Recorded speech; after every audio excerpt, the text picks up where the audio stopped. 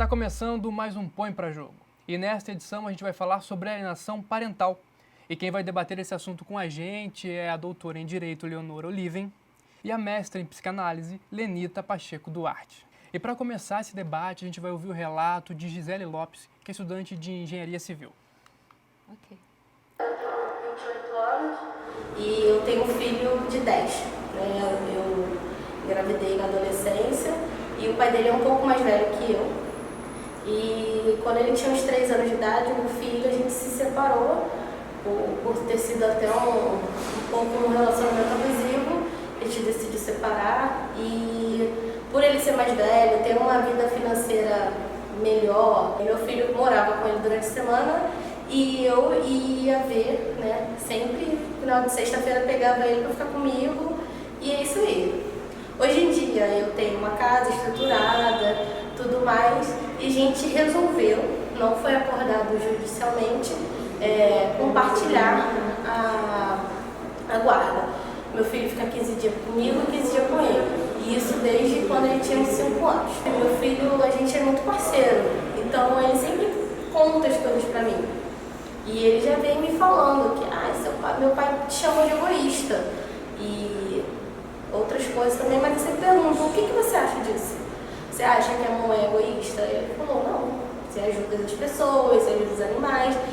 Então, as pessoas às vezes têm uma visão diferente da gente, mas o que importa é o que a gente sente. Pra mim, o que importa é o que você sente.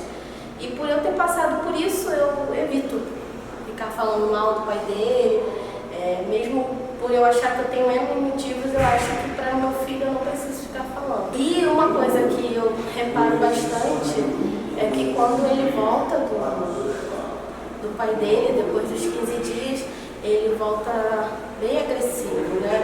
Uma fala grossa. Tenho que ficar, né, apertando um pouco para ele baixar a bola, né? Porque lá em casa não tem essa agressividade, né, de falar agressiva. É tudo no por favor, obrigada, Eric, faça isso. Se ele fizer uma besteira, eu não bato, não agrido, é castigo, né, para pensar um pouco no que fez. E é isso. Eu tenho essa dúvida se eu preciso impor algo judicialmente. Por ele voltar um pouco agressivo, um pouco diferente do que ele fica lá em casa, se eu posso meio que me intrometer, falar, olha, não faz isso, faz assim, assado, mesmo ele não, sei lá, acho que ele não iria meio que me escutar, né, o pai dele, mas, não sei, mostrar que, né, não é assim que se faz as coisas. Leonora, você acha que no caso da Gisele, ela teria que procurar a justiça? Me parece que sim, mas não exatamente por uma questão de alienação parental. Me parece que pela regulamentação, pela reorganização dessa guarda. Ela está chamando de guarda compartilhada, o que parece ser uma guarda alternada. A criança está ficando 15 dias numa casa e 15 dias na outra. Guarda compartilhada não é isso. Guarda compartilhada é o compartilhamento das responsabilidades paterno e materna com os filhos. Quando fica 15 dias numa casa e 15 dias na outra, você não tem um compartilhamento da guarda.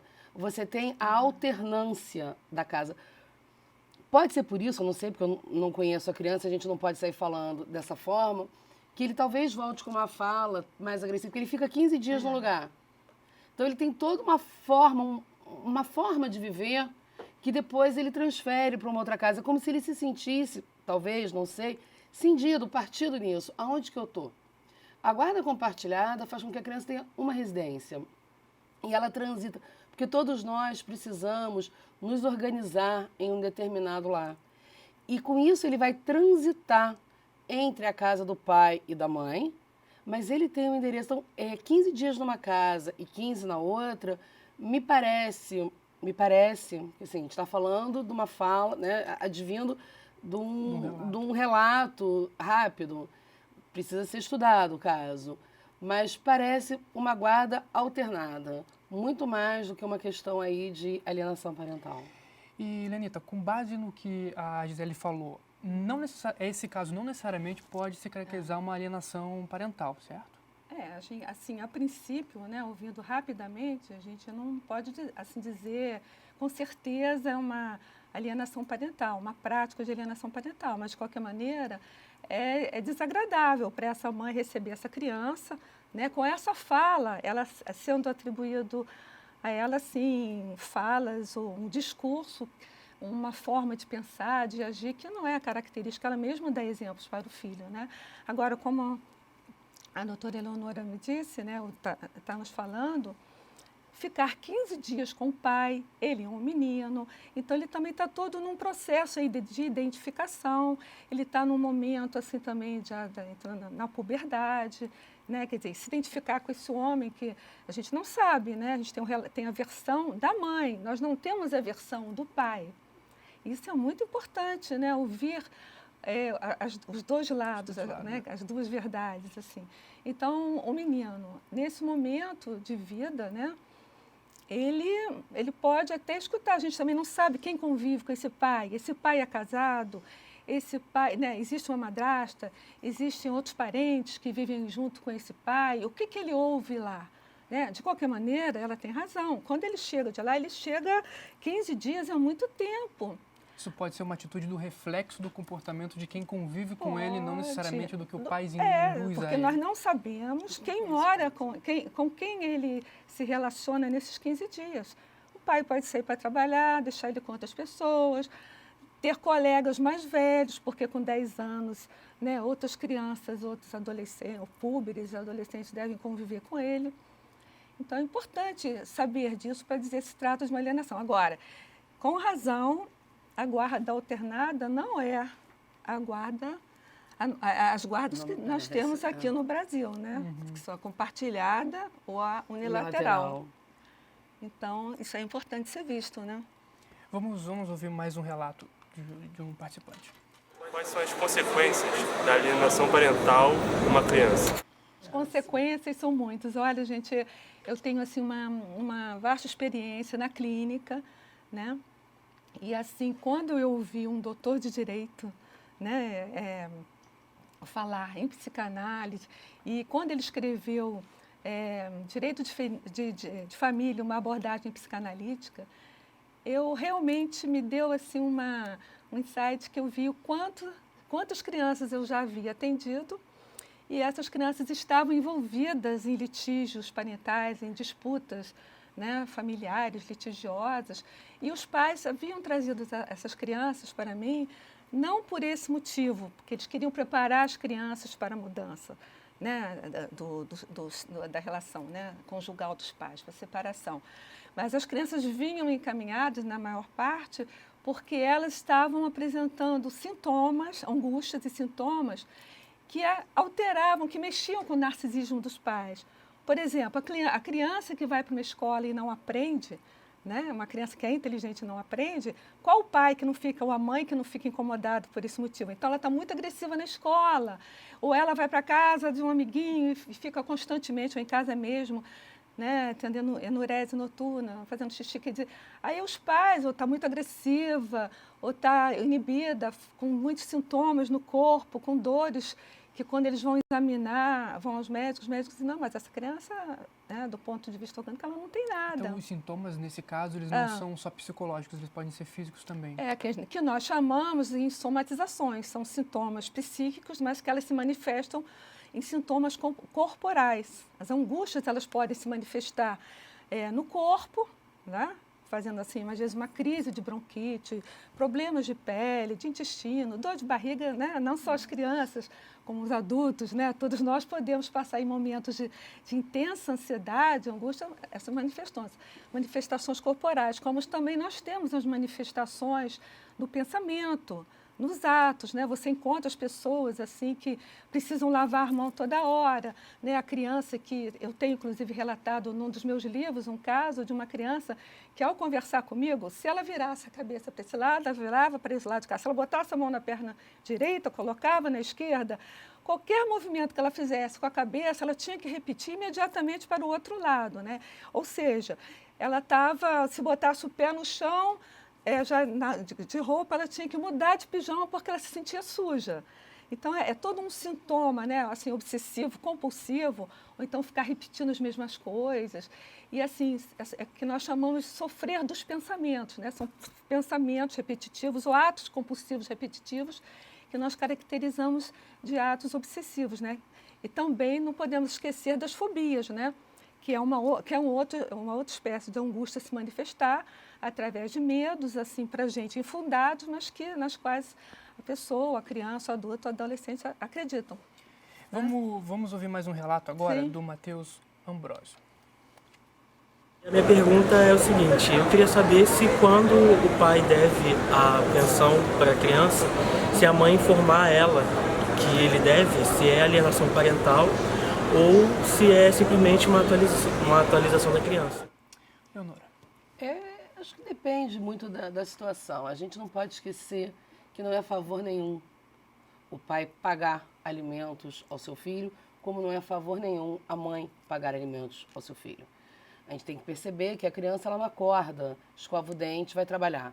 Ela acorda, escova o dente e vai estudar. Então alguém tem que suprir essa carga financeira, econômica, e esse alguém são os pais. Se não for possível, os avós, mas aí já é uma outra situação. Então veja que não há qualquer favor nesse pai que não paga. Então, esse pai ele não tem que ter a proteção pelo não pagamento, pelo descumprimento de uma obrigação parental. Ele tem que ser chamado à razão. Mas a forma que ele deve ser chamado à razão se dá através do próprio Poder Judiciário.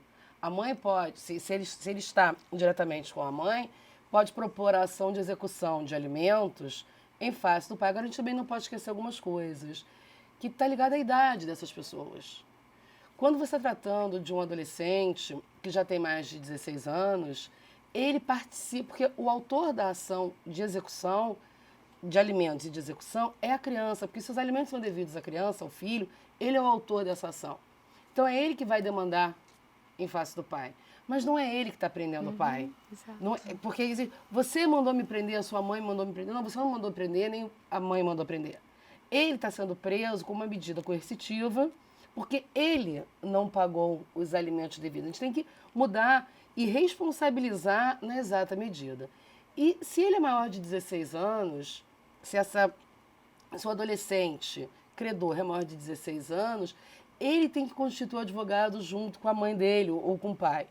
Então não tem como ele não saber. Outra coisa, na medida em que você, dependendo da idade, sempre dependendo do caso, da idade, da criança, porque as pessoas são diferentes, então não existe uma tabelinha. A gente tem que perceber que as pessoas têm que saber o que está acontecendo, porque é uma questão de responsabilização. E não pode a mãe ou o pai, aquele que está com a guarda imediata, ainda compartilhada, mas que está do dia a dia com o filho, se responsabilizar pela totalidade das despesas desse filho. Então, muitas vezes, o filho chega demandando algo que custa um dinheiro e eu não posso, eu não tenho como suportar isso, porque eu sozinha não dou conta. Ah, mas o meu pai... Aí vem aquele outro discurso, mas o meu pai, ele paga. Não, nem sempre o seu pai paga. Então, está ligado também à forma como isso é dito. Mas o que me parece é que também não pode um pai ou uma mãe, eles não podem se esconder atrás da dita alienação parental para fugir do seu dever, da sua obrigação alimentar. Ainda abordando a questão dos pais, só para a gente complementar, a questão da alienação, quais são os fatores assim, que caracterizam uma alienação? Assim, quais são as características do pai, da mãe? Porque, também para a gente citar, a alienação não acontece só com o pai e a mãe, ele pode acontecer com outras pessoas. Na verdade, né, a alienação parental, ela pode ocorrer, né, com as pessoas que lidam, né, no caso, por exemplo, com a criança, além do pai ou da mãe, né, porque ela consiste o quê, a alienação? Em alguém, né, por exemplo, parental, vamos dizer inicialmente, pai e a mãe, consiste em um deles, que pode ser tanto o pai quanto pode ser a mãe, né, que pode, por exemplo, se tiver na posição de guardião, no caso de uma guarda na lateral, né, por exemplo, é mais comum nós encontrarmos, né, o pai ou a mãe, em sua maioria, tem sido as mães, mas está havendo todo um movimento de paz e nós já temos a guarda compartilhada também para justamente evitar isso, né, que seja um guardião e um visitante ou não um guardião, né? Então, qualquer um que estiver com a guarda ou também não estiver, porque também nós temos a alienação bilateral, né, pode acontecer dos dois lados, no momento em que denigre a imagem do outro, que fala mal, né, que realmente faz uma série de atribuições negativas em relação ao outro genitor, né, para a criança, isso deixa a criança fragilizada, deixa a criança confusa em quem acreditar, né, porque dependendo da idade, como ela frisou bem, isso tudo vai se modificando, né? E em que contexto a criança também é criada, né? Se ela é uma criança, né? Dependendo também, né? Da classe social, se a criança fica o tempo todo na escola, até uma professora, né? Ela pode falar erroneamente, às vezes até sem ter a intenção disso, né? Como um advogado ou como uma babá, pode falar mal do outro genitor para a criança, né? Então, é claro que conforme, né, essa criança cresce, se começar em criança, é mais confusa, acho que é mais grave, porque a criança ela começa a acreditar no que é falado, né, em relação ao outro genitor. Ela pode acontecer dela realmente acreditar e passar a ter conflitos de lealdade, né, de ficar, quando... Não sabe se ela fica do lado da mãe, se toma partido do pai.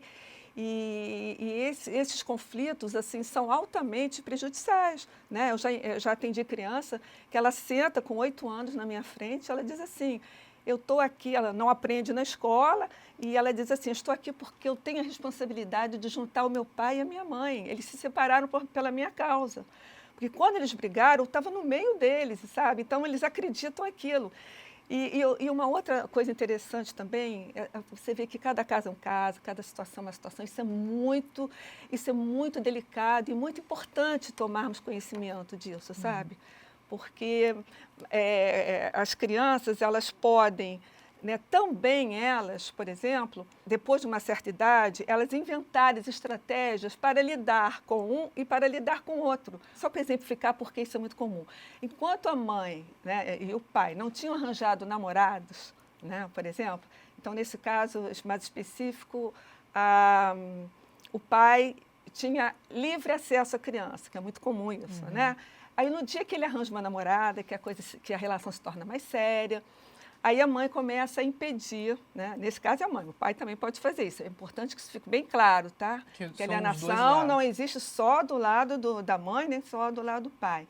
Mas no dia que começa que a mãe toma conhecimento, às vezes, ou quando há uma relação ainda que não ficou bem resolvida, bem elaborada, que as mágoas, os ressentimentos ainda não foram superados, um ainda gosta do outro, alimentar expectativas que pudesse voltar. Então, aí fica uma situação assim, bem difícil, porque aí, de uma situação que a criança tem um contato direto, tinha um contato direto com a mãe e com o pai, pode acontecer, então, exatamente essa alienação de um dos genitores impedir, dificultar ou até bloquear mesmo, né? Quer dizer, ali no caso, o menino, conforme ele foi crescendo, e exatamente ele fazia isso. Quando ele estava com a mãe, ele se aliava à mãe. Quando ele estava com o pai, se aliava ao pai e falava mal. Entendeu? Quando ele vinha para a companhia de um, aí ele ficava bonzinho, porque ele percebeu a estratégia. Descobriram que muitas coisas que um não tinha falado, entendeu, do outro, que era a própria criança que já tinha aprendido a se defender naquelas situações, né? A alienação parental é um assunto que rende muito debate. Não perca o restante dessa entrevista no próximo bloco.